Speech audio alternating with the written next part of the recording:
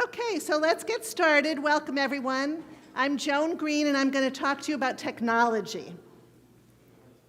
How many of you feel when you hear technology, you just want to rip your hair out, and it's so frustrating, and it just brings nothing but power struggles and distress? Raise your hand. I know we all feel like that sometimes, right? How many of you are, appreciate what technology has to offer, and you try to make it work, and you're sort of so-so about using it, sort of in the middle?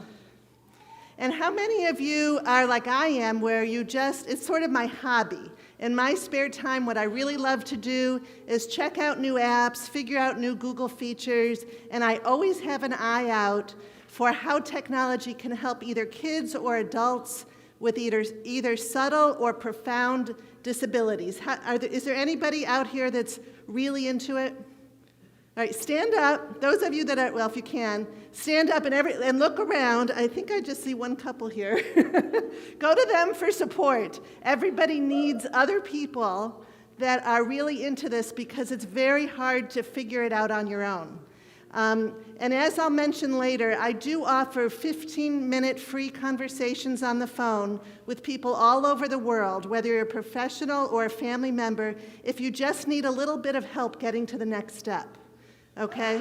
And so that's sometimes a lot of people are very isolated, and they just want to know a little bit more about what's out there that might help.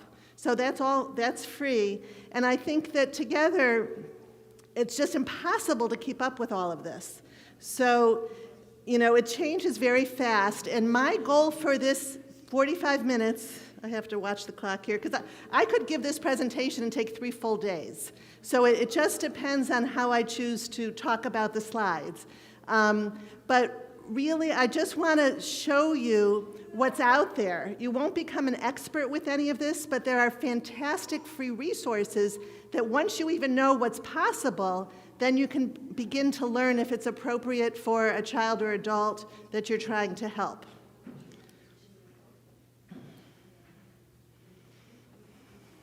All right, so what should you do first? What I think you should do is during the next 45 minutes, just try to pick 1 or 2 things that's appropriate for your situation and put a big star in the handout or take note of it and just start slowly. And then try to emphasize connecting with other people. So I have a private free Facebook group. You're welcome to join, and in the handout I give that information. Or a lot of the technology companies that are geared toward helping families with communication problems, they have their own Facebook groups, and I list them in the handout. And if you email me, joan@innovativespeech.com, I'll send you a digital version of this so that you can just click on the links and make life easy. But I think it's also nice to have a printed copy. So before I start singing the praises of technology, I want to give a warning, because often at conferences and workshops, I follow speakers that are just warning people about the evils of technology that we all hear about, right? It can cause so many problems. It can cause isolation. It can promote dysregulation and stimming, behavior issues. It can lead to all kinds of power struggles. It can cause a lot of problems. Also, all the online dangerous situations people can be put in. But I'm not going to talk about all those. We do need to worry about that, and you want to be a smart user of technology. But I'm going to talk about the benefits if it's used appropriately. So what we're going to do is, technology can be good or bad. The first step is to maximize the good and work with the strengths of the individual who you're trying to help. So I work with very young children. In my experience, I work with all kinds of diagnoses. So I work with real young, two-year-olds, probably is the youngest, all the way up to, I have a client who's 101, who has a little bit of dementia. I work with head injury, stroke, learning disabilities, and I don't really focus on a diagnosis. I work on strengths and weaknesses of whatever the individual has, and then really trying to promote the strengths and overcome areas of weakness and barriers. So I'm just looking at talking, understanding, reading, writing, learning, paying attention, and work on those areas. So today, what I'm going to do in the this is all my introduction, and it's all color-coded. So with the yellow, this is my introduction, and so you'll see when I'm shifting gears. I like visual supports, as you can see. But what I'm going to do is I've spent so many hours sorting through all of the different apps and features and websites, and I'm going to present to you what I think are the treasures. And I'm keeping in mind what's not expensive. Most of what I talk about is free, and what can benefit the widest range of individuals.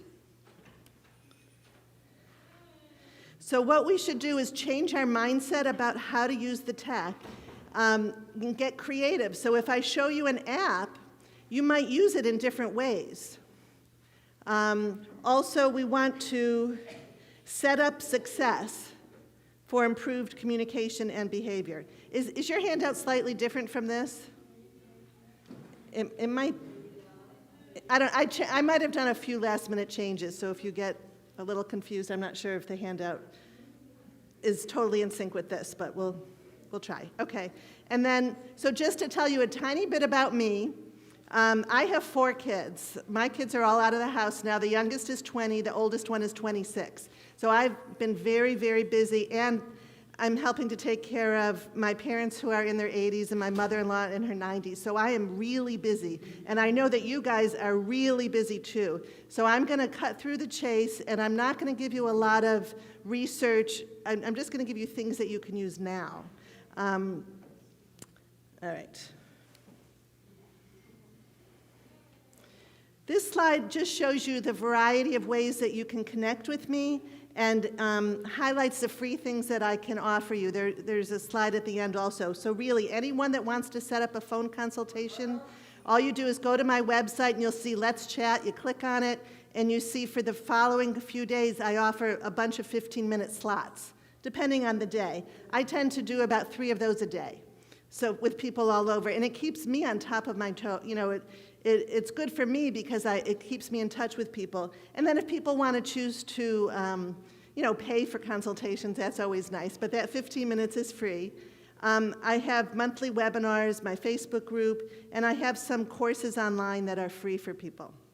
This is my book, Assistive Technology and Special Education, which Amazon always has, a pretty reasonable price. It's like $28 or something. It's a 3rd edition. They still sell prior editions. We can't stop them. So anyone's welcome to look at this.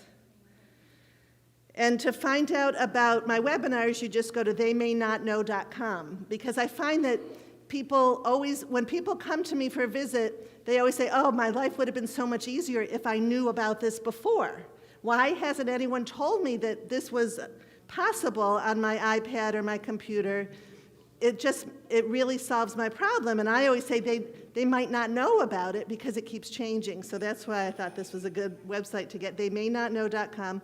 And then you can access all my prior webinars. But that's not free. That's $25 a month. Okay, so what we're going to do is today's agenda is I'm going to start off talking about cause and effect apps that are really engaging, how to help individuals, old or young, who just seem to be in their own world and you can't get them to join attention with you. Then I'm going to talk some about AAC, implementation, augmentative and alternative communication means. We're going to talk about technology features on devices you already have and using visual supports for behavior. And I might not get through everything and I might skip some of the slides, but you have them. So joint attention, I forgot a T on joint. How many people here have an individual that they're trying to help that needs help with joint attention, like just to get them to engage with you on something? So a lot of people. All right, so that's where we're going to start. And I think that the best way to work on joint attention is to find something that's fun, and individuals can't help but attend to it. So we're working on increasing their focus and sustaining the attention and getting them to do something or explore. So let me just show you. I'm going to try to go back and forth if I can. I do have little videos in here. These are for anybody of any age that just is an emergent language learner, is sort of in their own world, don't seem to make communication attempts, have different diagnoses, autism, intellectual impairment, dementia, cognitive dysfunction. And there are a whole host of these. I have a whole chapter in my book on these. Here's an example of an app that is, I believe it's free or 99 cents. I usually pay. You know, a lot of things say they're free, but then they have a bunch of ads or they have annoying things that come up. So I usually try to pay for them once I determine that they're good. This first one, I'm trying to decide if I should show you the real thing. I think what I'll do is I'm going to show you the videos that I have in here so the HDMI, so I don't mess anything up. This one's called Sound Touch Interactive. All right, so what happens here is you touch something and you see a video, you touch it again and it stops. And there are a whole bunch. I try to find what the individual is really into. You know, cars, animals, music. And so whatever is really engaging, that's what you would use. And a lot of times I'll go into a classroom and the teacher will say, you know, this individual is just sitting there. We can't get them to do anything. There's no pointing response. And, you know, we're just not making progress. And so a lot of times I'll go into a classroom and I see what's going on, and it's almost like the helper is doing everything for them and just patterning them through what's going on. And I'll just sit there and I'll pretend to have the best time. It's like, go, you know, wow, look at this, stop, you know, and maybe I'll use their augmentative communication device and I'll make it talk, or I'll point to a picture that represents go or start. And I'll just make it look like so much fun they can't help but look up, you know. And then maybe some of their friends will come over and I'll say, you want to try? And they'll, you know, I'll say, tell it to go or touch it, you know, whatever it takes to just get the energy level up and get some joint attention and get them to explore and try new things. And so there are a whole bunch of these. I'll show you another one. You know, here's one by Ellie's Games. So if you look up Ellie's Games, these are available on iOS, like iPads, or the Android tablets. And then what this one does,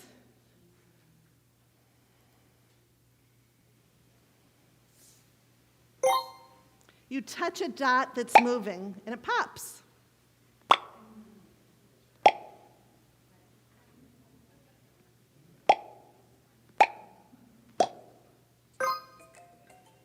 So, you know, here it is here. So you just touch, and it pops. And then you can make it harder. You can make it faster or slower. You can change the speed.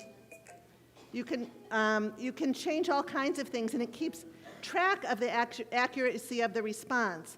So the dot might not move and be really big. Somebody got it. So there are a whole series of the Ellie's Games, and if you just really make it look like you're having fun, and that's how we start with communication. You have to be paying attention to something together, and then want to tell, you know, they can tell you to make it start. You know, you sort of turn it into therapy.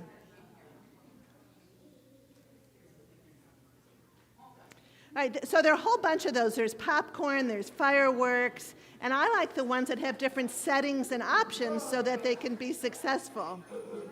Then I get into more language. You know, we're trying to make things happen with language, and I really like these hamaguchi apps. Hamaguchi is a speech pathologist, and this is a good one because, again, as a speech pathologist, I always like to go to the settings first and configure the right accuracy.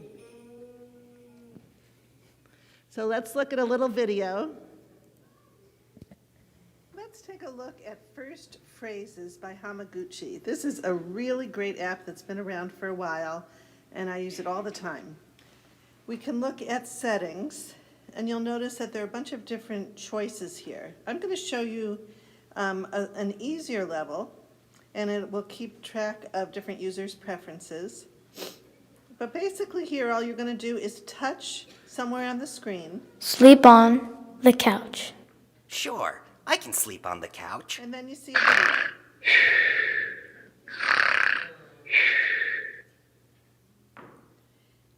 And that's all there is at this point. Close the drawer.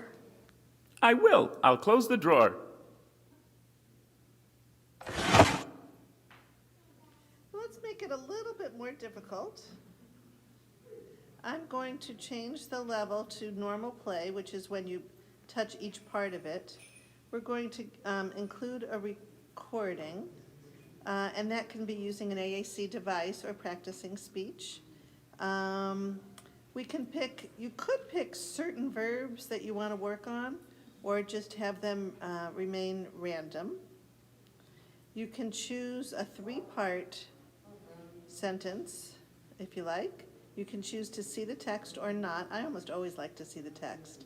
And if the individual has a favorite character, you can pick that. So this is what a higher level would look like. You touch each part of the sentence. Jump on the couch. Sorry, Mom. I'm going to jump on the couch.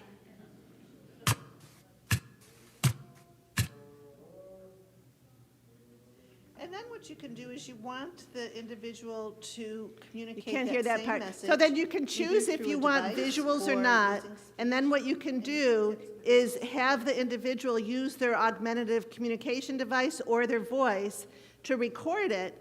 And then you decide if it's acceptable or not. And then they hear their own words or their device making something happen. And so if it's acceptable, you hear the voice and then you see it happen. So this is really a powerful way to start using augmentative communication and modeling what to do and having them imitate for you what to do. So has anybody here used the Hamaguchi apps at all? There's a whole series of them, following directions, working on verbs. They're a little bit pricey, but like $12 or $15 isn't bad in the scheme of things. And then it's just figuring out, hopefully with the guidance of a speech pathologist, if you're using one to help you, to figure out how to do that, and you can make it really fun. All right, this is another really great one. It's called My Play Home. What I'm going to do is I'm going to be around here through lunch, and anyone that wants to see these and play with them in person and maybe try them out, you're welcome. It'll take me too long to demonstrate each one, and I won't be able to get through. But if you use this My Play Home app, which is free or 99 cents, and you can get it for all kinds of devices. You can go to different rooms in the house, and you can turn water on and off. You can open a refrigerator. You can turn on the record player. You can push somebody on a swing in the backyard. It's all interactive, and there's also some for hospital, for the doctor's office, for school, and shopping in a store, so you can simulate real-life activities. This is a great one I use all the time called First Words Pro. And what this does is it's very engaging. And you can choose what words you want to work on. You can, and you just move the letters up into the spot. And it can say it can tell you what sound the letter makes or the name of the letter. And once you put all the letters in, you get a visual response that's really engaging. And so these are great because literacy is often a strength, I've found. I've worked a lot with individuals who are on the spectrum, and often their auditory comprehension isn't very good and their ability to speak isn't that great, but reading and writing are a strength because of the visual, the predictive nature of this, and they really, really love this. And so I tend to use this app quite a lot, and there are quite a few like it. Does anybody else have some favorite apps they just want to, has anyone tried using apps? Raise your hand if you've tried. Have you had any success with any certain favorite ones that you want to, what?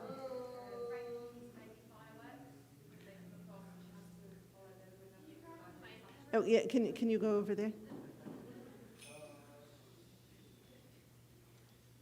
Sorry, it's Frankie's Fireworks, Baby Fireworks. It goes across the screen playing music and spins, and then she chases it and touches it and it explodes.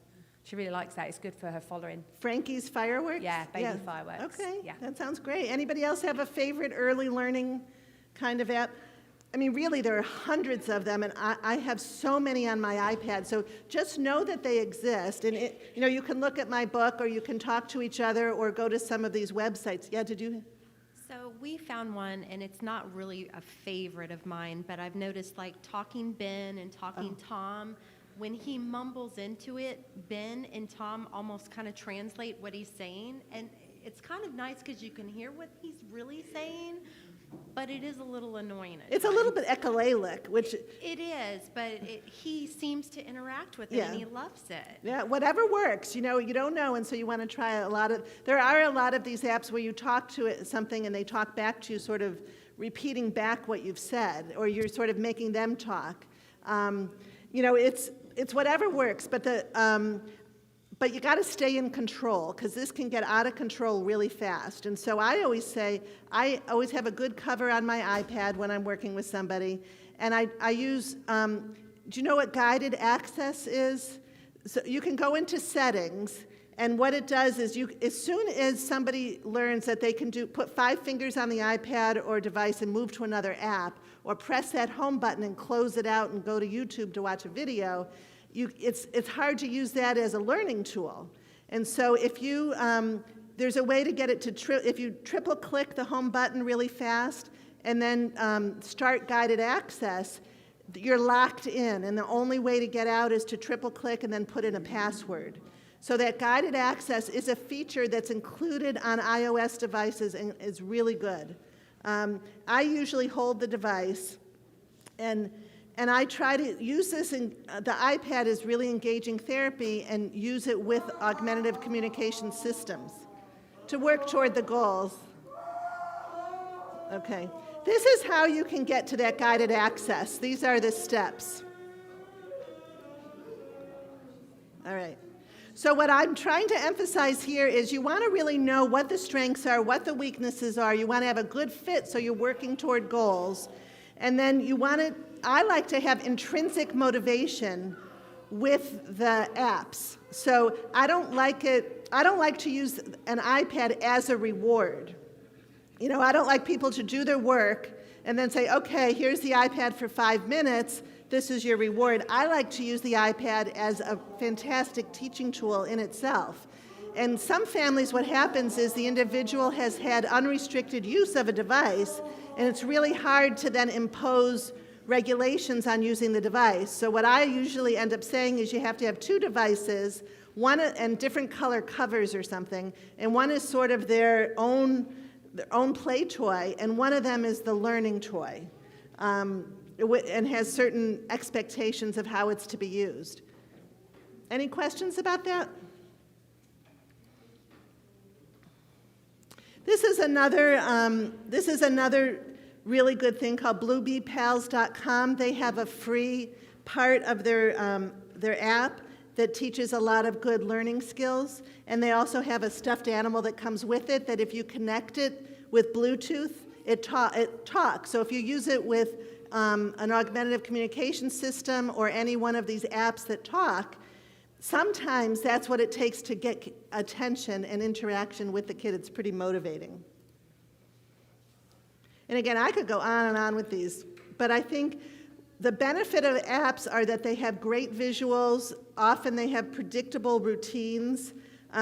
It's a great way to learn because it's not someone telling you you're wrong.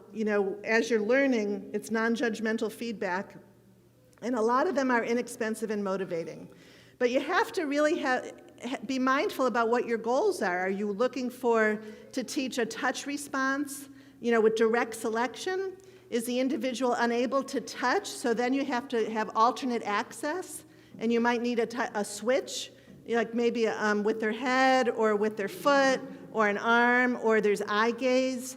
As long as you can move volitionally one part of your body, you can access technology. Or maybe you're working on speech. There are a lot of articulation apps or apps to help you expand language.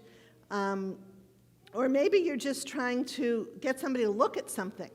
So, you can also work on taking turns, commenting about things, and giving and following directions. So there are lots, it's all in how you use the app. So it's not just about having the app and giving it to the individual and letting them just play with it. Okay, any questions? All right, now let's talk a little bit about AAC, Augmentative and Alternative Communication. Who here does, are you familiar with AAC? Yes. Do you have dedicated communication devices? Raise your hand if you do. So if you have a dedicated communication device, that device can either be something from Prentke-Romich or Dynavox. I mean, there are a bunch of, different vendors. Or it can be an iPad with a specific app on it that's locked in, so that best practice is if you have an app that's just for communication, you don't use the iPad for any other purpose. That's their voice. And if you have a dedicated communication system, it should be going back and forth from school to home. The school shouldn't just keep it there and then leave, there are a lot of issues with this. And so it could be a whole course. I mean, I've taught a whole course on AAC, and so there's a lot to it, what kind of symbols to use, how to teach it. But I know I've talked to Dr. Thurm a lot, and there's a lot of frustration with how to implement the AAC. So a lot of people have these devices, but they're not really taught how to encourage their use and expand language. Is that something that you guys are feeling? So how many of you are happy with how it's going with the communication device? And what are you using? Might as well hear from somebody who's had success. We have an iPad, and we use the LAMP Words for Light app. Okay. Actually, I was incredibly lucky. I got to go to a seminar that was put on by the co-creator and was trained by him. So That's great. Halloran? yes. Yeah, that's great. Has anybody else had a lot of success using a device or an app? Nobody else? Oh, you want to, which one? Touch Chat. Okay. Anybody else have success or feel like they know what they're doing? And how many of you have not had success and don't really need more help in that area? So you need more help in that?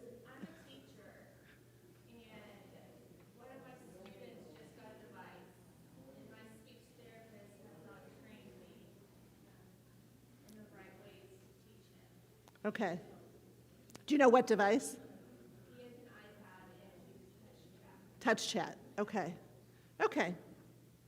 Well, hopefully you'll get some good ideas.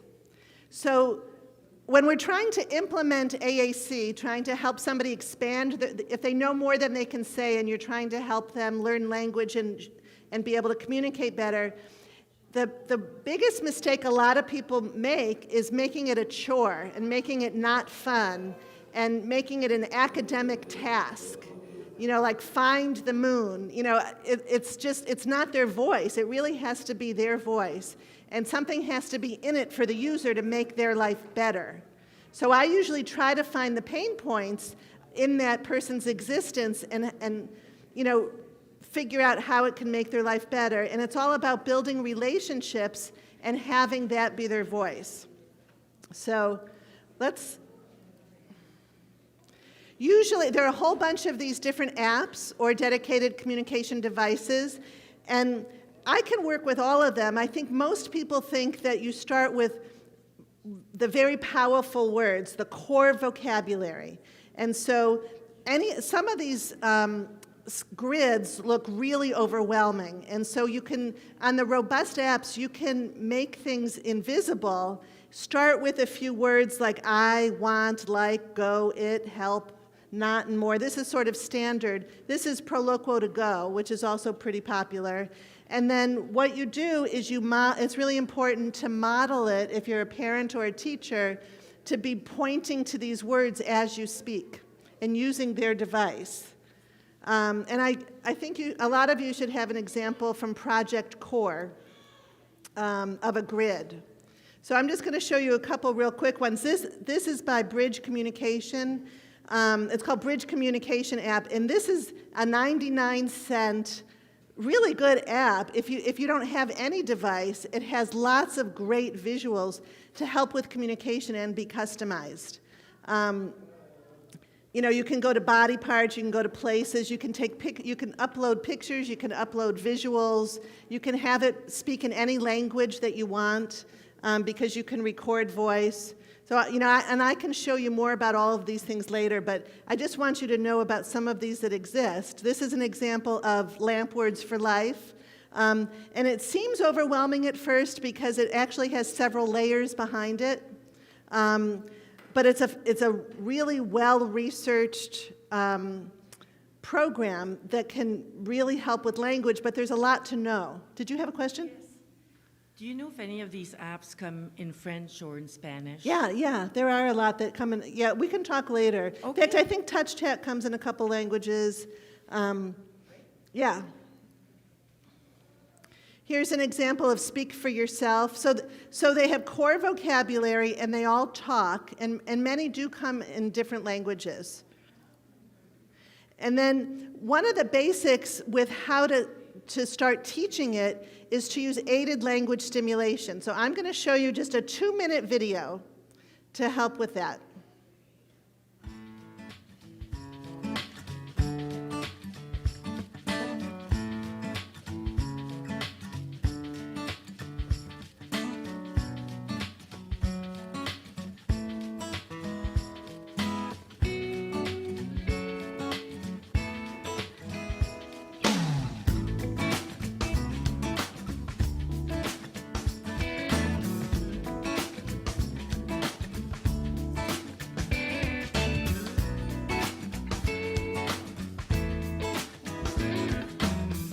So some kids can learn just from hearing language, but it doesn't work for everybody, especially the kids that can't speak.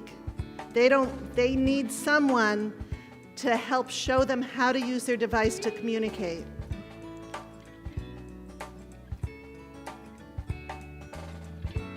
She didn't know how to use her device. She needed help learning language. Speaking to Josie didn't help her learn expressive language. Everyone started using her device to model it.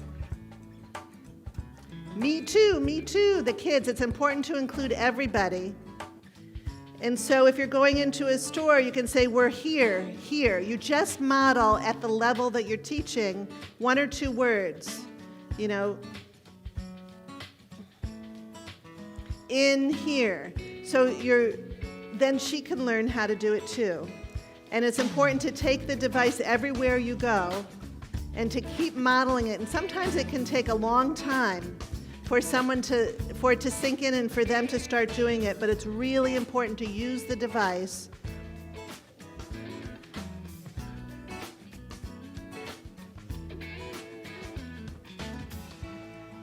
So this is aided language stimulation. So it's really important in the school or at home. Even if you just have a blown up picture of the core words on a device, or I'm going to show you some free places that you can download core boards. And it's important to start with that core vocabulary, the words that we use like 80% of the time. All right, so here, I don't have that much time, but this is an hour-long video that you can watch that teaches you how to teach AAC. Here's an example of a big page set and how to, it's a great instructional video of Dr. Musselwhite, who's very famous with this. This is another great website to learn about the order to teach things. Hopefully a speech pathologist would help guide this. Certain lessons. Project Core is free. It has professional modules that families can also benefit from. An organized way to teach these concepts of language.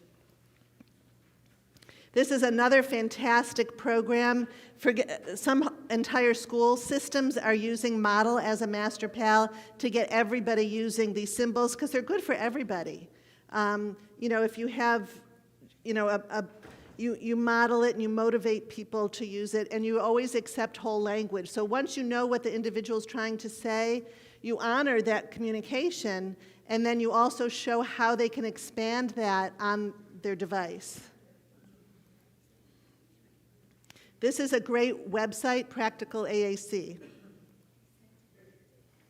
And then we just got finished. I listened to fantastic conversations. If you go to aacconference.com, did anybody catch that at all? It was last week, and it was an amazing online summit, including really great speakers.